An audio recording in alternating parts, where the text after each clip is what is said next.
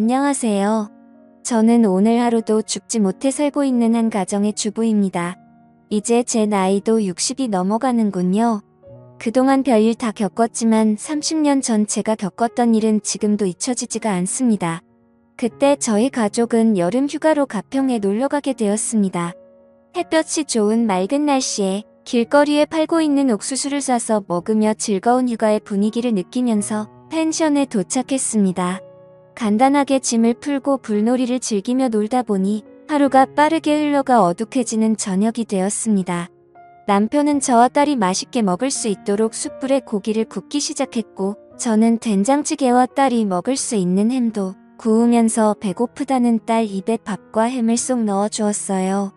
그렇게 배부르게 저녁 식사를 마치고 저희 가족은 잠시 소화도 시킬 겸 동네 한 바퀴를 돌고 있었는데 가로등 불빛에 빗방울이 한두 방울씩 떨어지기 시작하더군요. 하늘을 보니 몇 분 전까지만 해도 하늘을 빼곡히 채운 별빛들은 사라지고 컴컴한 하늘만 보였습니다. 더 많은 비가 쏟아질 것 같아 최대한 빠르게 집에 들어갔고 잠시 후 엄청난 폭우가 쏟아지기 시작했습니다. 앞이 안 보일 정도로 굵은 빗방울이 내리기 시작하면서 휴가 온 저희는 아쉬움에 창문만 보고 있었어요. 그렇게 아침에 일어나 보니 보슬비가 내리긴 했지만 거의 비가 그친 상태였고 딸은 잠시 밖에 나가고 싶다며 아침 일찍부터 일어나 펜션 주인이 키우는 강아지인지 꼬리치고 있는 계집을 보며 저를 보채기 시작했습니다. 결국 멀리 가지 말라고 말을 함과 동시에 급하게 밖으로 뛰어나갔어요. 남편은 짐을 싸고 있었고 저는 아침을 준비하며 강아지와 함께 놀고 있는 딸을 불렀는데 몇 번을 불러도 아무런 대답이 없길래 이상해서 밖으로 나가보니 어딜 갔는지 방금 전까지만 해도 있던 딸이 없어졌어요. 너무 놀라 남편을 불렀고 주변을 뛰어다니며 정신없이 찾아다녔지만 결국 찾지 못했습니다. 아침에 딸과 나는 몇 마디의 대화가 마지막일 거라고 전혀 생각하지 못한 저는 오열하다 정신을 잃었고 결국 그때 당시 6살이었던 딸은 저희 곁으로 다시는 돌아오지 못했어요. 너무 큰 충격으로 제정신이 아닌 세월을 살아온 저와 남편은 언젠가는 찾겠지, 언젠가는 만날 날이 있겠지 생각하며 희망을 가지고 하루하루 버티면서 살아왔어요. 그렇게 살아오다 보니 어느덧 30년이라는 시간이 지나버렸어요. 그만큼 저와 남편도 세월 앞에 장사 없다고 60대가 되어버렸어요. 그러면서 시간이 흐른 만큼 딸에 대한 기억도 희미해지고 그리움의 감정도 무뎌지고 있었어요. 지금 만나게 된다면 40을 바라보고 있을 나이일 텐데 존재를 알 수 없으니 생각하면 할수록 가슴이 미어져 왔어요. 그렇게 언제 올지 모르는 딸을 기다리며 삶을 살아오고 있는데 갑자기 저희 집 문을 누군가 두드리기 시작했어요. 저녁밥을 차리고 있던 남편과 저는 아무도 찾아오지 않을 시간에 문을 두드리니 이상하게 생각했고 제가 현관으로 나가 누구냐고 물어봐도 대답이 없자 그냥 무시하고 돌아섰는데 현관 밖에서 엄마라고 말을 하고 있는 목소리가 제 귀에 맴돌았습니다. 저는 순간 몸이 멈추었고 엄마라고 들렸던 목소리에 제 심장이 뛰기 시작했습니다. 너무 놀라 급하게 현관문을 열었고 제 앞에 서 있던 여자는 저를 보면서 눈물을 흘리며 엄마라고 외치고 있었습니다. 갑작스럽게 제 집에 찾아온 여자를 보고는 당황도 하였고 긴가민가한 상태로 아무 말 없이 얼굴을 보고 있는데 뒤이어 남편도 달려나오자 남편을 보고 아빠라고 말을 하며 눈물을 흘리고 있었습니다. 현관 앞에 오두커니 서 있게 할 수 없어 일단 집으로 들어오게 했고 마침 저녁을 먹으려고 준비하고 있었기 때문에 셋이서 저녁을 먹게 되었습니다. 남편과 저는 너무 놀라 셋이서 밥을 먹고 있으면서도 너무 얼떨떨했고 일단 밥부터 먹고 천천히 대화해보기로 했습니다. 밥이 코로 들어가는지 입으로 들어가는지 모를 정도로 딸이라고 찾아온 여자의 얼굴을 보느라 정신이 없었고 그렇게 식사를 마치고 과일을 먹으며 하나하나 물어보기 시작했습니다. 저는 우리 집은 어떻게 알고 찾아온 거니? 지금까지 이사 안 간 이유가 언젠가는 찾아오겠지 생각하며 기다리긴 했는데 여자는 지금은 예전의 기억이 잘 떠오르진 않지만 엄마랑 어렸을 때 펜션에 놀러가서 강아지랑 놀고 싶다고 말했는데 그때 옆에 지나가는 강아지 보고 뒤따라 가다가 산속으로 들어가게 되면서 길을 잃어버렸어요. 다시 부모님이 있는 쪽으로 돌아가려 했지만 너무 멀리 와버린 건지 찾으려고 하면 할수록 점점 더 깊은 곳으로 들어갔고 날이 어둑해지고 지치게 되면서 정신을 잃었는데 눈을 떠보니 어느 할머니 집에 있었어요. 깨어난 저를 보고는 음식을 챙겨주셨고 그렇게 부모님을 찾아준다는 할머니의 말에 함께 지내게 되었죠.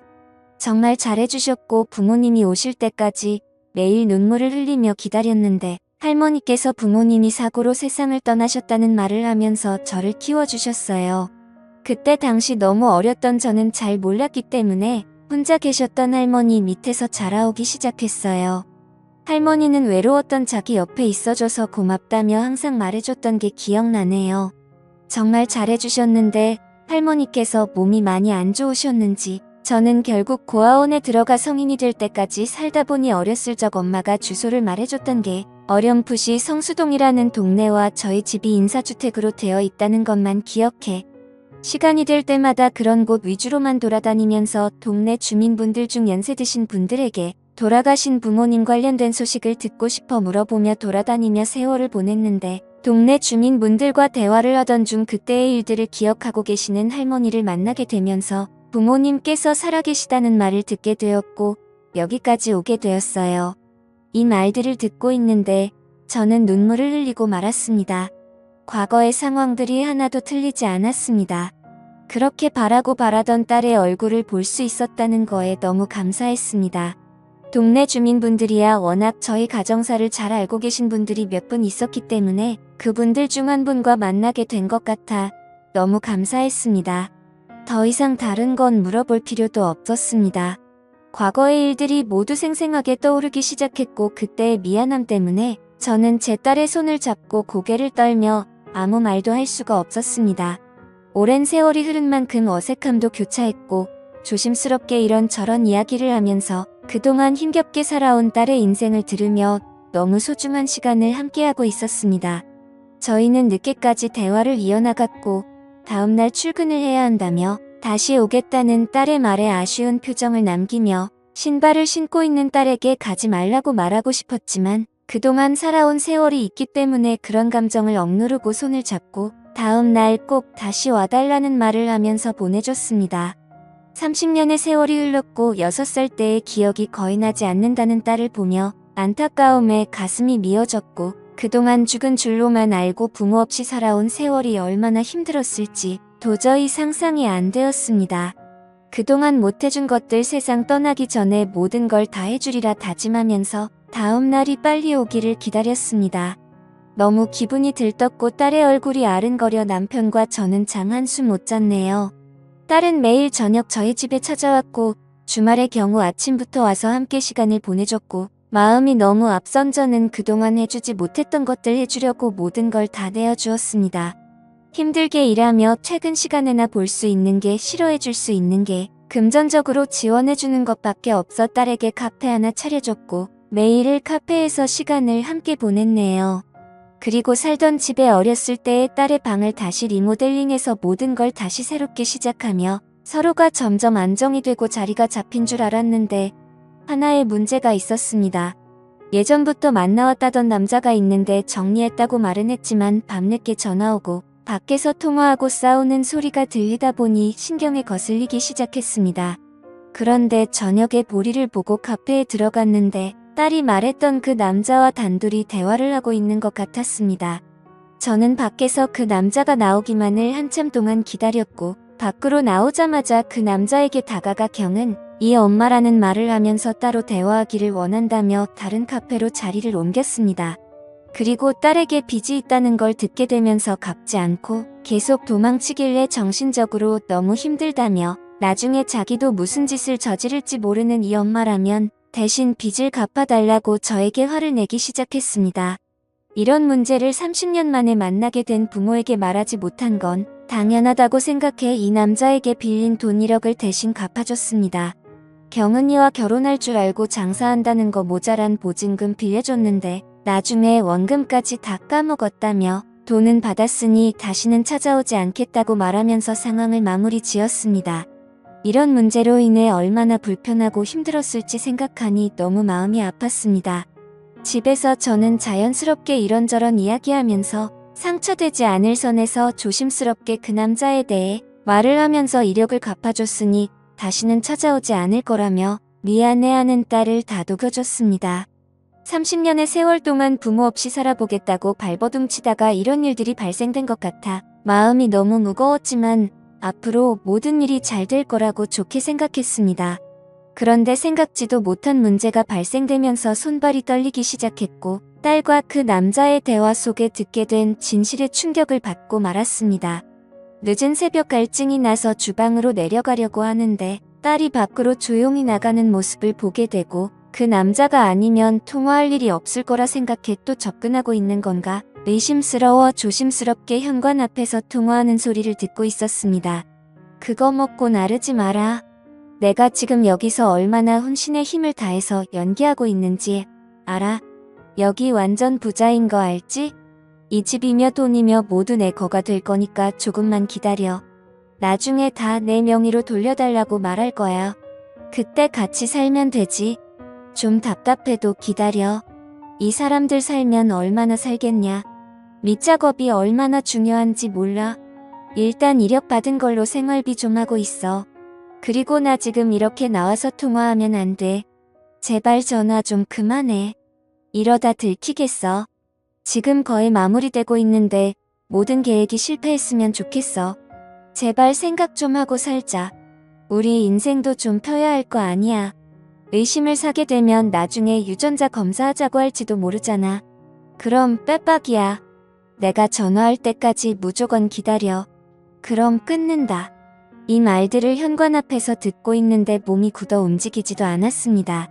저는 몸을 피할 힘도 없어 딸이 보이지 않는 곳에 주저앉아 숨었고 방에 들어간 모습을 확인한 후 저도 힘들게 방으로 들어갔습니다. 도저히 믿을 수 없는 말들을 듣게 되면서 무서움에 자고 있는 남편을 깨워 이 사실을 말하려 했지만 받아들이기가 너무 힘들었네요. 그만큼 기다려온 딸인데 아니었다고 돈 때문에 접근한 거라고 말을 하면 분명 쓰러지고 말 겁니다.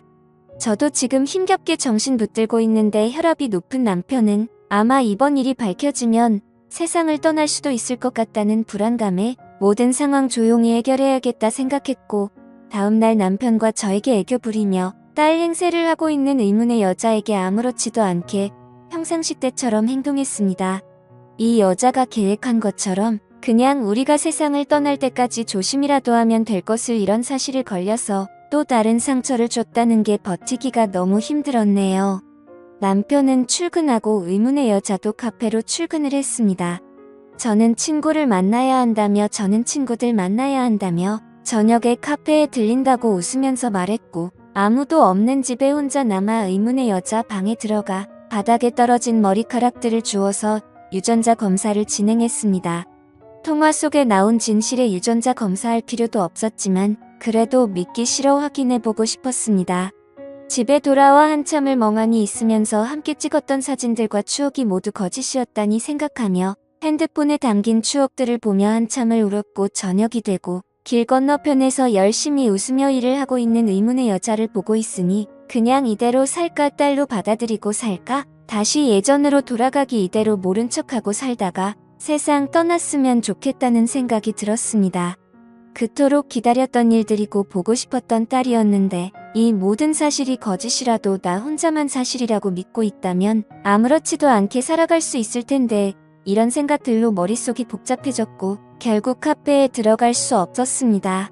그렇게 평상시 대처하면서 행동을 하면서 지내오다 보니 유전자 검사 서류가 도착했고 떨리는 손을 힘들게 진정시키며 뜯어보니 그 안에 있던 서류에서조차 거짓으로 말을 해주고 있었습니다. 저는 결정을 해야 했고 결국 원래 우리의 삶으로 돌려놔야겠다 생각해 퇴근하는 남편 딸로 만나 차 안에서 조용히 대화를 이어나갔습니다. 그런데 남편에게 듣게 된 더 충격적인 말은 저보다 더 먼저 이 사실들을 알고 있었던 겁니다. 저희 집에 와서 살 때부터 유전자 검사를 진행했었고 사람을 붙여 모든 행동들을 다 관찰하고 있었다며 생각지도 못한 남편의 말들에 너무 놀라고 말았습니다. 제가 그토록 보고 싶어 했던 딸이었기 때문에 차마 말을 할 수 없었다며 정신적으로 힘들어할 저를 생각해 진실이 드러날 때까지 기회를 엿보고 있었다고 대화를 이어나갔습니다. 결국 남편과 저와 둘 다 의문의 여자가 돈 때문에 저희한테 접근한 걸 알게 되었고 남편은 벌써 경찰에게도 이 사실들을 말해놓은 상태로 기회만 엿보고 있었던 겁니다. 그렇게 형사분들과 함께 집에 들어갔고 반갑게 웃으면서 저를 맞아준 딸이라고 생각한 의문의 여자의 팔에 수갑이 채워지면서 모든 상황은 종결되었습니다. 그리고 드디어 저와 만났던 그 남자 또한 잡히게 되었고 너무나 저희 과거를 잘 알고 있었던 의문의 여자의 입에서 나온 말들은 제가 동네에서 지인들과 만나면 과거 딸과 헤어졌던 일들을 자주 말을 하면서 지내왔기 때문에 그런 말들을 녹음하고 계획해서 범행을 저질렀다고 털어놨습니다. 제 입에서 나온 말들로 계획했다는 거에 너무 놀랐고 그 여자와 남자는 사기죄로 구속 조치가 이루어졌네요. 과거의 아픈 기억들을 비의미로 범행을 저지르려고 계획했다는 거에 정신적으로 힘든 시간들을 보내게 되었습니다. 집에 들어와서 자식이라고 생각했던 그 여자와 함께한 화상의 흔적들을 지우면서 아직까지 돌아오지 않은 진짜 딸을 생각하며 눈물을 흘리고 말았습니다. 언젠가 분명 살아있고 엄마 아빠를 찾고 있을 우리 딸 경은아, 만약 이 사연을 접하게 된다면 꼭 연락 바란다. 보고 싶다. 그래도 세상 떠나기 전에 얼굴 한번 보고 싶구나. 어디에서 살고 있던 항상 행복하게 지내고 있길 바란다. 지금까지 제 사연을 읽어주셔서 감사드립니다.